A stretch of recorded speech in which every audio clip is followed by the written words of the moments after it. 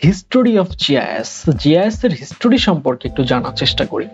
1832 সালে চার্লস পিকুয়ে প্যারিসের কলেরা রোগীর জন্য একটি ম্যাপ তৈরি করে থাকে। এটি সর্বপ্রথম স্পেশাল অ্যানালাইসিসের একটি উদাহরণ, কারণ তিনি বিভিন্ন এলাকাকে বিভিন্ন শেডে প্রদর্শন করে থাকে। এই শেডগুলো মূলত রিপ্রেজেন্ট করে সেই জায়গায় রোগীর সংখ্যা কেমন। এই জায়গায় আমরা দেখা পাচ্ছি যে ডার্ক শেড, তো এই জায়গায় রোগীর সংখ্যা অনেক বেশি। এই জায়গায় লোয়ার বা লাইট শেড, তো এই কারণে এই জায়গায় রোগীর সংখ্যা কম। পরবর্তীতে 1854 সালে জন স্নো, একজন চিকিৎসক, তিনি এই এরিয়ার এই ম্যাপ তৈরি করেন, যে ম্যাপে প্রদর্শন করা হচ্ছে যে কোন কোন কল বা কোন কোন পানির উৎস থেকে এই কলেরা রোগটি ছড়াচ্ছে। তিনি এই ডট দিয়ে সেই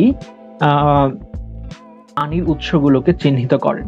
ওকে, দেন পরবর্তীতে 1960 সালে রজার টমিনসন কে জিআইএস এর ফাদার হিসেবে ঘোষিত করা হয়। তিনি একজন কানাডিয়ান নাগরিক এবং তিনি স্পেশাল অ্যানালাইসিস এবং এই স্পেশাল অ্যানালাইসিসকে কিভাবে কম্পিউটারের মাধ্যমে সহজভাবে করা যায় এটি নিয়ে প্রচুর কাজ করে গিয়েছেন। এই কারণে তাকে আমরা জিআইএস এর ফাদার বলে থাকি। জানার চেষ্টা করব জিআইএস কেন ইম্পর্টেন্ট। আমরা পূর্ববর্তীতে পড়ে এসেছি যে জিআইএস ডিসিশন মেকিং এ অনেক বেশি হেল্প করে। এখানে আমরা যদি চিন্তা করি কোনো এরিয়ার জন্য কোনো কিছু তৈরি করার ক্ষেত্রে বেস্ট লোকেশন তার কোনটি হবে, এইরকম যদি স্পেশাল অ্যানালাইসিস করতে চাই তাহলে অবশ্যই জিআইএস এর হেল্প নিতে হবে। যেমন এখানে বলা রয়েছে, একটি যদি পার্ক তৈরি করতে চাই তাহলে সেই পার্কটির জন্য বেস্ট লোকেশন কই হবে, এই ক্ষেত্রে জিআইএস আমাদের সাহায্য করে থাকে। পরবর্তীতে ইমপ্রুভ কমিউনিকেশন ইমপ্রুভ করার ক্ষেত্রে জিআইএস অনেক বড় একটি ভূমিকা রাখে। মনে করুন যে কোনো ডিজাস্টারের ক্ষেত্রে, যেমন সাইক্লোন, ভূমিকম্প, এই ক্ষেত্রে আমাদের যে নর্মাল যাতায়াত ব্যবস্থা তা কিন্তু ব্রেক হয়ে যায়।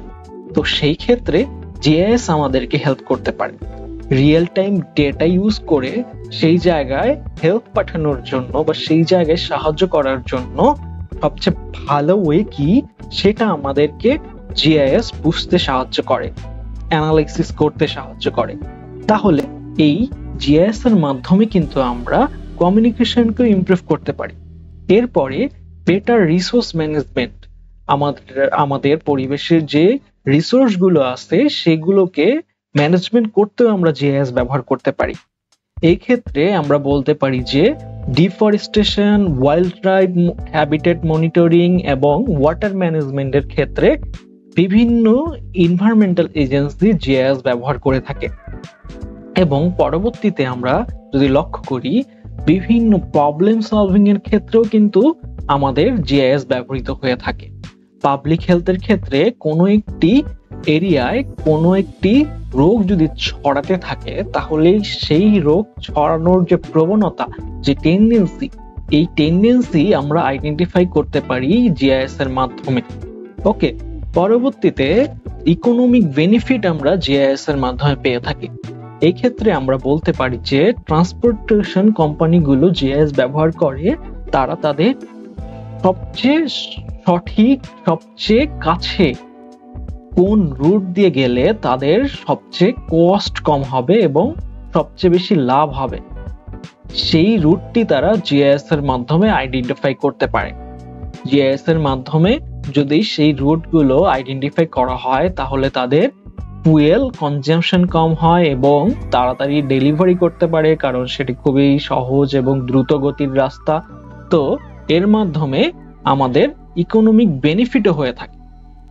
পরবর্তীতে আমরা জানবো যে প্র্যাকটিক্যাল অ্যাপ্লিকেশন জিআইএস এর কি কি। জিআইএস এর ডেফিনেশন জানার সময় আরবান প্ল্যানিং এর যে উদাহরণ দেখে আসছি, আরবান প্ল্যানিং এর ক্ষেত্রে জিআইএস যে ব্যবহৃত হয় সেটা কিন্তু উদাহরণে আমরা দেখে এসেছি। তো এখন আমরা এই ম্যাপের মাধ্যমে একটু যদি লক্ষ্য করি যে বাংলাদেশের আরবানেশনের লেভেলটা কিরকম। দেখুন এখানে লিজেন্ড দেওয়া আছে। ওকে, এই লিজেন্ডে যদি লক্ষ্য করি তাহলে আমরা লিজেন্ড দেখে বলতে পারি যে সবচেয়ে বেশি আরবানাইজড এরিয়া হচ্ছে এই যে ঢাকার আশেপাশে এবং পরবর্তীতে এই চট্টগ্রামের আশেপাশে। ওকে, তারপরে সবচেয়ে বেশি লেস ডেভেলপমেন্ট যদি বলতে চাই তাহলে এই যে উত্তরবঙ্গের এই এরিয়াগুলো এবং এই যে এই এরিয়াগুলো অনেক বেশি অনেক কম আরবানাইজড। ওকে, তো এটি আমরা জিআইএস এর মাধ্যমে অ্যানালাইসিস করতে পারি। এবং পরবর্তীতে এনভায়রনমেন্টাল কনজারভেশন।